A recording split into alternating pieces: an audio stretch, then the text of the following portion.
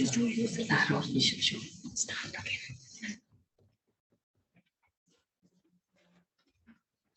On examination, his vital signs were stable, and he had fever 101.2 degree, and the pale was present. There's a palpable lymph nodes were present, like more in the left cervical, supraclavicular region, and axillary and inguinal regions. The nodes are discrete, mobile nodes, and they are soft, firm in consistency, and it's not tender or not matter. No icterus, cyanosis, clubbing, or pedal edema. Systemic examination wise, cardiovascular, respiratory examinations within normal limits, and abdominal examination also soft, non-tender, no organomegaly, and CNS examination was also normal.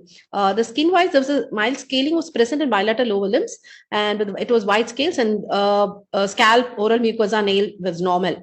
The differentials considered at that point of time were the infectious causes like chronic. It's a 3 month history of fever, dysphagia, loss of weight, and the differentials we considered was fever, tuberculosis, infectious causes like tuberculosis, HIV, brucellosis, histoplasmosis, and inflammatory causes we considered were vasculitis, systemic lupus erythematosus, and malignancy was also the first among all the differentials we considered: non-Hodgkin's, and GI malignancies with metastasis and solid organ malignancies. Others we considered with considering this lymphadenopathy is Kikwitsch's and Rosai-Dorfman's disease. This patient had an extensive evaluation outside because after 1 month of history was admitted outside. Outside investigations also showed the counts were normal, and he had mild anemia with outside HP of 10.4. His ESR and CRP was slightly elevated, and autoimmune workup outside is also negative. Sputum for AFP was negative. They did a scopy because of the dysphagia, which showed only thickened antral mucosa.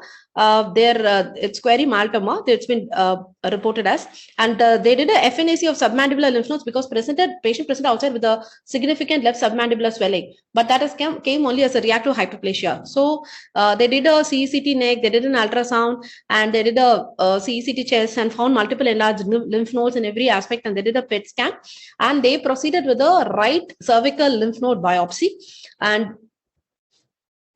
that cervical lymph node biopsy from outside showed pathology report is like sheets of histiocytoid cells admixed with small to intermediate sized lymphoid cells, and a few well-formed granulomas were there. Empiripolosis was positive, and the CD immunohistochemistry wise CD20 was positive. Outside they diagnosed it as Rosai-Dorfman's disease, and they've started them on steroids. However, they covered with some antibiotics also, ferropinum and linezolid and moxifloxacin. However, patient continued to have the same symptoms. The symptoms was not reduced and further worsened, and his weight loss was also continued to have his weight loss and fever and dysphagia. When he was here on investigations, he was found to have anemia, HP of 9.2, which was normocytic normochromic, and counts were normal. On his peripheral smear showed eosinophils of total WBC counts showed eosinophils of 8, and here also ESR and CRP was mildly elevated with the ESR of 64 and CRP of 14.2. Sputum AFB was negative, and BBVs was negative, and he had a ferritin of 709, but however he didn't fulfill that HLS criteria, and LDH was 332, and retics was 1.78. Liver function test was normal, and the tumor lysis workup, the rest of the things were normal actually. SLE workup has been sent and the ANA C3 C4 is also normal. ANA was negative, and sarcoidosis AS level was normal, and vasculitic workup was also negative. Brucellosis is also negative, and echo is also normal. Multiple blood cultures were also negative. It was sterile, and urine return is normal. Stool focal blood and routine parasites were also normal. Was negative. A patient proceeded with the ultrasound screening for lymph nodes, and it showed multiple enlarged cervical lymph nodes. In the axillary region also, there's a multiple two enlarged lymph nodes of 14 mm and 10 mm, and inguinal regions also showed enlarged lymph nodes.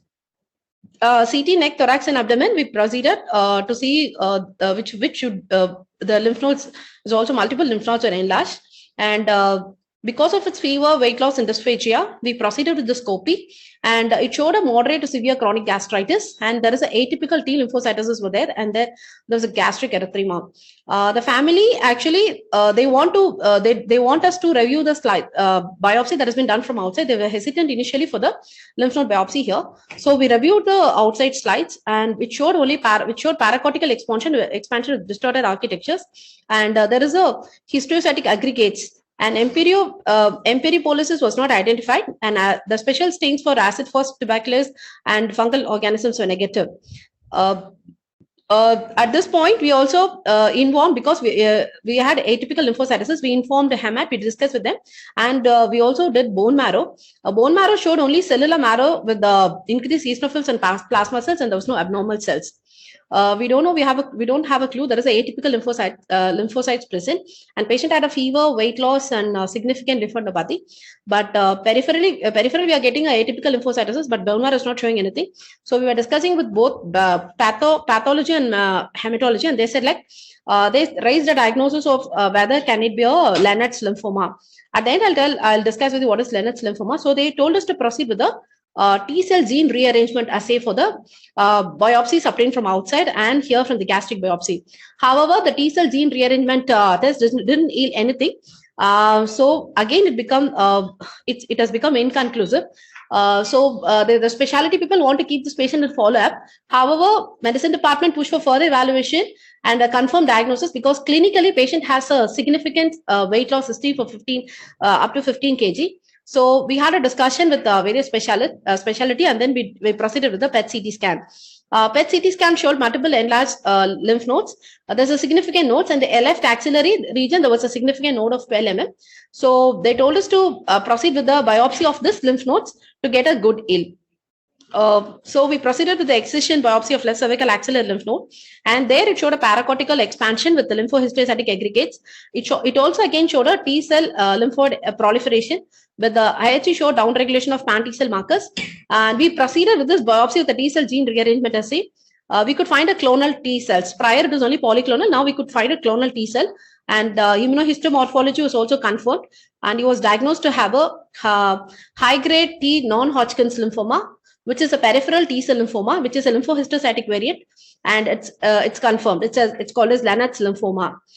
So the lymphoma is broadly classified into Hodgkin's and non-Hodgkin's. Non-Hodgkin's, of which peripheral T cell lymphoma is there. They've been classified into peripheral T cell lymphoma not otherwise specified, anaplastic large cell lymphoma, angioimmunoblastic T cell lymphoma, extranodal, subcutaneous paniculatus-like T cell lymphoma, entropathy associated, and hepatosplenic T cell lymphoma. This peripheral T cell lymphoma not otherwise specified, it's a heterogeneous group. They predominantly involve the nodal T cells, and they are derived from mature T cells. They do not meet the criteria for the other specified subtypes. Usually, they'll have generalized lymphadenopathy. Isolated nodal disease will be 38%, with nodal and extranodal will be 49%, and only extranodal will be 13%. Hepatosplenomegaly will be found only around 17 to 20%. Bone marrow involvement will be seen in only 20%. Most common extranodal organ that is involved is skin and GIT. Our patient also had mainly GI symptoms and also had skin symptoms. And some patient might have eosinophilia also. Our patient also had eosinophilia of 8%, and the systemic B symptoms would be 35%, fever, night sweats, and weight loss. Lennart's lymphoma, there are only few studies have been, in the literature, there are only few studies. One that has been from CMC is 2013. They followed up about 5 cases from 2001 to 2011.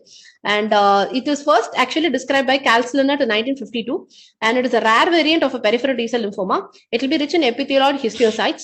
With the double staining technique, they found it to be CD4 positive. And it indicates it's mostly of helper T cell origin. The neoplastic nature is supported by its clonal rearrangement in the TCR beta chain. The diagnostic hurdles for this lymphoma is only tumor cells will be very few. Even in a gastric biopsy, we couldn't do T cell gene rearrangement because the malignant cells were less than 5%.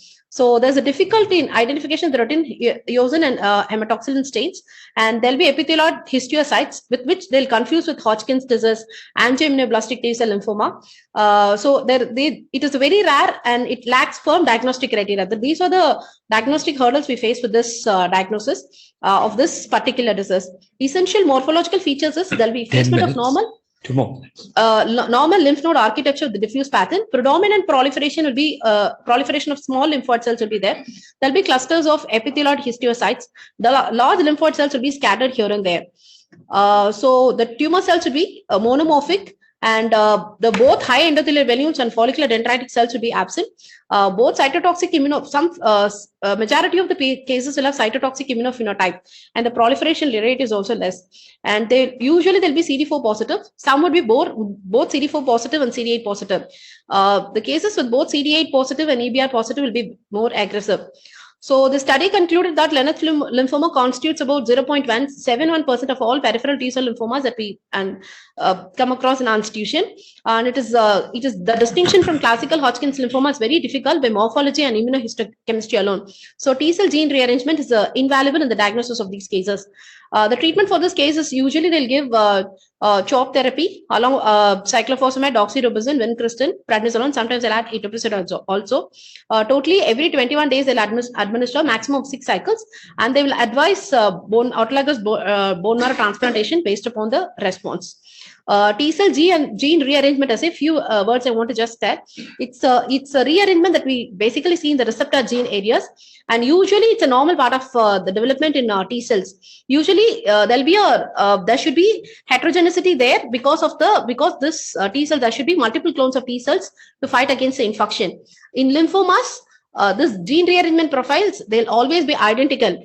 So they start to produce numerous identical copies of itself, clones. So with this identical monoclonal population, we conclude that there's a possibility for lymphoma. In our patient, they've advised CHOP chemotherapy protocol, 6 cycles followed by autologous stem cell transplantation. The take-home message is, we have to do appropriate, we had a discussion with all the departments, and they said like the one thing that we have to do is we should always do an appropriate tissue sampling, and always we should have a periodic discussion with each specialist and perseverance, because even the other specialists, they were saying like we can keep under follow, but because of the clinical profile, we were stressing on the diagnosis, and finally we got the diagnosis. Thank you. Thank you, Arul. We won't have any discussion, but I just want to emphasize some points that Arul has made, that here the diagnosis was standing in our face, but we could not establish it, and it took more than a month. So I must appreciate the persistence of our team to come to a diagnosis. We also learned that in Lennard's lymphoma, other lymph nodes can be involved with reactive hyperplasia. Because of the malignancy, there's actually reactive change in other lymph nodes, and therefore you may get negative lymph node biopsies in large nodes. And in this setting, a PET scan is very useful to identify the metabolically active nodes, which is what we did in our patient, and we were able to establish the diagnosis. This particular lymphoma has a better prognosis than other peripheral T cell lymphomas. Very important to establish the diagnosis. Thank you.